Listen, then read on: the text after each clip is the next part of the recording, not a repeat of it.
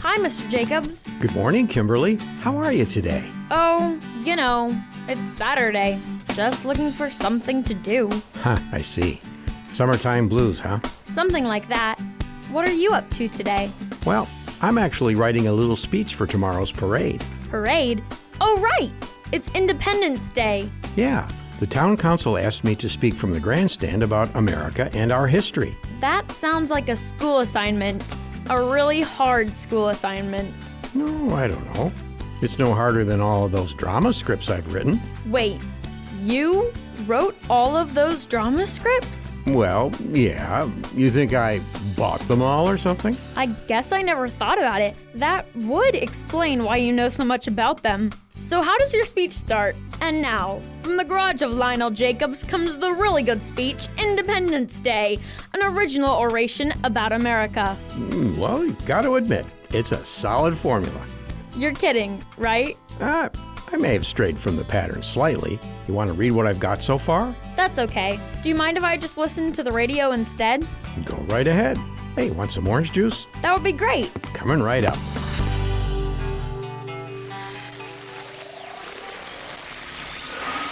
Thanks for the orange juice, Mr. Jacobs. So how's your speech coming along? Pretty good, Kim. I just got done with the first section. Nice. Hello? Anyone home? We're in here, Peter. Found him, Violet. I could have told you you'd be in the garage. But you didn't. How's it going, you two? You look pretty snappy in those uniforms. Thanks. Turtle Scout Violet and Peter reporting for duty. Yeah, we've got a troop meeting in a couple of hours, so we figured we'd hang out here until then. A troop meeting? Yeah, it's where we get together with other Turtle Scouts and plan all of our Turtle Scout activities. You know, like marching in the parade tomorrow. Sounds exciting.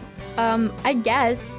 So what exactly are Turtle Scouts? You mean besides a paramilitary organization that ignores traditional segregation of the genders? Yeah, besides that. I think the Turtle Scout oath says it best. I am a Turtle Scout, and as such, I hereby promise to respect others, To take care of the earth and do my part to make it a better place to live. to embody what it means to be someone you can trust, Look up to. and call in times of trouble. In short, I promise to be a good example to all I meet, as is the Turtle Scout way.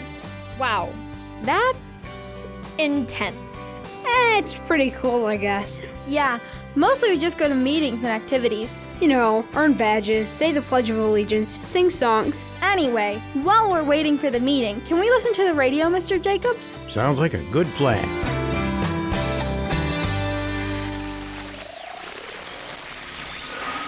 Looking a little thoughtful there, Kim. Everything okay? Oh yeah, I was just thinking about that whole Turtle Scout oath thing that Peter and Violet recited earlier. Oh yeah, it's something you have to memorize if you're a part of the Turtle Scouts. Yeah, but it sounded a lot like something we'd say at church. You have a Turtle Scout troop at church? No, but what I meant was when I go to church, we all read prayers and Bible verses together.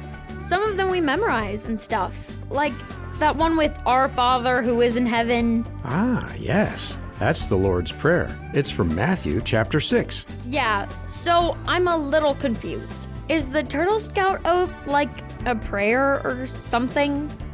Interesting question.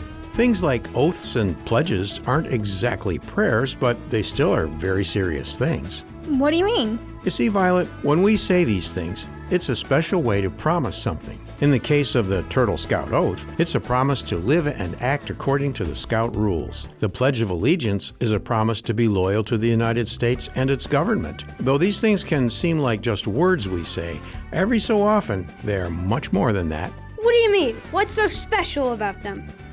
Well, it's probably best if I start at the very beginning. Back in Bible times, before King David and Moses, the world was a little rougher than it is now. Rougher? He means they didn't have cell phones or cars. Oh. Yeah, that's true. They didn't have those things. But something else that was missing was paperwork. Paperwork? I'm pretty sure that's not a good thing. My parents talk about how annoying paperwork is. What's paperwork? Yeah, and what makes it so important? Well, as the name suggests, paperwork is when people put agreements and information on paper. This helps them keep track of things, like how much money they need to pay or what they said they would do. So, kind of like homework. You read it and it tells you what you need to do to get a good grade. Something like that, Violet. I don't see what this has to do with what we are talking about. I'm getting there, Peter. The power of paperwork is when you make an agreement with someone. If they don't do what they said they would, you can take those papers to a courthouse where a judge will make them follow through with the agreement. Oh, I get it. Paperwork is a way to make sure people keep their promises. Exactly, Kim. So before that was a thing, people would take oaths or pledges. In other words, they would make promises in front of a group of people. These people would remember what was promised and would make sure that these promises were kept. How? What do you mean, how? How did they make sure the promises were kept? That was part of the promise. There were all sorts of penalties for breaking a promise, but some of the most popular were becoming a slave or even being put to death. Oh. And that would explain why pledges are more serious. Yeah, I didn't know that there was so much on the line when we said the Pledge of Allegiance. Or the Turtle Scout Oath. Well, I don't think the penalties are quite that severe for breaking the Turtle Scout code, but it does make you think. In fact, in Matthew 5, Jesus says that it's best not to make oaths. Yeah, I guess the worst thing that could happen if we didn't live up to the Turtle Scout Oath is we might get kicked out of the group. Still, I don't want that to happen. You don't have any drama scripts about this kind of thing, do you, Mr. Jacobs? I don't know, Kim. I'll go see if I can find one. And we'll listen to the radio while we wait.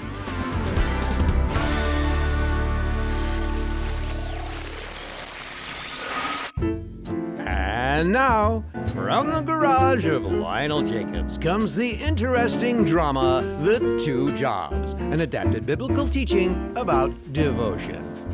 Once upon a time, on the corner of Parker Lane and Stacy Drive, there was a diner. Hold on, I'll get your order. There's only one of me. Hello? You want reservations? Looks like my next opening is next week. Yeah, sorry. Bye. This diner was very successful, but the one person running the whole operation was getting a little overwhelmed. I need to hire a cook.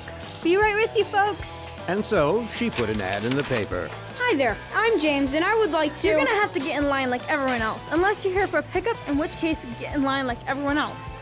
Actually, I'm here for the job. Oh, well then you're hired. Here's the orders you've got. It's a little backed up at the moment. You got it.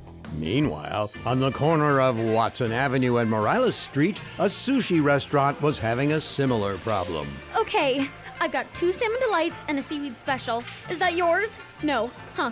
All right. How about the seafood sampler? There you go. Have a good one. Whose is this? Hi, I'm James. I came to answer the ad. Oh, right. You're hired. Great. Now, it's not impossible to have more than one job. Most people who do pull it off quite nicely. But the fact is, they usually have them on separate days at different times. James, it turns out, wasn't that organized. Both of his jobs required him to be on the clock at the same times. I just take one order at a time. After I clear one list of orders, I drive a couple blocks and take care of those orders. It's perfect. But it wasn't perfect. On the slower days, he could keep up. But when things got busy, orders got a little messed up. All right. Who ordered the squid surprise and scrambled eggs? Here you are, honey. Here's your hotcakes, your hash browns, and spicy tuna roll. Just a moment. I need to talk with our cook. Another cup of soy sauce? Coffee? As you might imagine, there was an interesting meeting with James and his 2 bosses. As much as we admire your work ethic, James, this isn't working. What do you mean? I'm paying you to prepare sushi, not 2-time with this Americana comfort food. No offense. No, I'm with you. The fact of the matter is that you can't be cooking at 2 restaurants at the same time. Well, I beg to differ, you see. Hello? All right. 2 large pepperonis with a thing of garlic knots. Coming right up. Wait, are you working at an Italian restaurant as well? Yup. Pizza time. Not while you're clocked in at my restaurant. Or mine. You've got to make a choice. Me, her, or pizza. But I love you all. The moral is, sometimes we think that we can be devoted to God and other things just as much. That's not how it works. It's not wrong to be devoted to things like our friends and things we like. But when those things become as important to you as God is, that's when the trouble starts. Looking thoughtful there, kids. Well, yeah, we've been talking about a lot. Of course we're thoughtful. Good point, Violet. I do have a question, Mr. Jacobs. Me next. All right, Peter, what's on your mind? You said earlier that Jesus tells us that we shouldn't make oaths, so I'm confused. Does that mean we shouldn't say stuff like the Pledge of Allegiance? That's an interesting question, and it's not going to be easy to answer. If you look a little closer at that chapter in the Bible, Jesus seems to be talking to people who were making oaths by saying stuff like, "May heaven strike me down," or "May the ground swallow me up," as part of their pledges. And Jesus was saying this was foolish. Well, that's kind of dumb. Yeah, they couldn't really promise those things because they couldn't make them happen. You're right, Kimberly. So that might be a clue of what Jesus was talking about. The reason I don't think Jesus was saying we shouldn't make any promises is because there are some things that we do to obey God that involve making promises. Like, Take getting married, for instance. When two people become husband and wife, they pledge to love and take care of each other no matter what for as long as they live. These promises are good, and I don't think they are what Jesus was talking about when he said, "Don't make oaths." Okay. Are there other promises we make when serving God? I can think of a few more. When someone goes to court as a witness, they take an oath that they will tell the truth. Similarly, when someone like a police officer or a judge gets their job, they have to take an oath saying that they will be fair and keep the law. These things, love, honesty, and justice, are all things God tells us to do all throughout the Bible. Oh, so the Turtle Scout oath is okay. Like I said, that's how I see it. But either way, we need to remember that these promises are much more than just words. so what does all of this have to do with the drama script about the guy who was working at 2 restaurants? It was a stretch, but I was thinking about how when we become Christians and are baptized, it's a sign that we're pledging allegiance to God. We're promising to serve Him above all else. So we need to be careful to not put anything else before Him, like it says in Matthew 6:24. Oh, I see. Oh, we better get going. Our meeting is in a few minutes. Right. Thanks for talking with us, Mr. Jacobs. No problem, kids. Have fun. Do you want to listen to the radio while you finish up your speech? No, I think you can turn it off for now, Kimberly.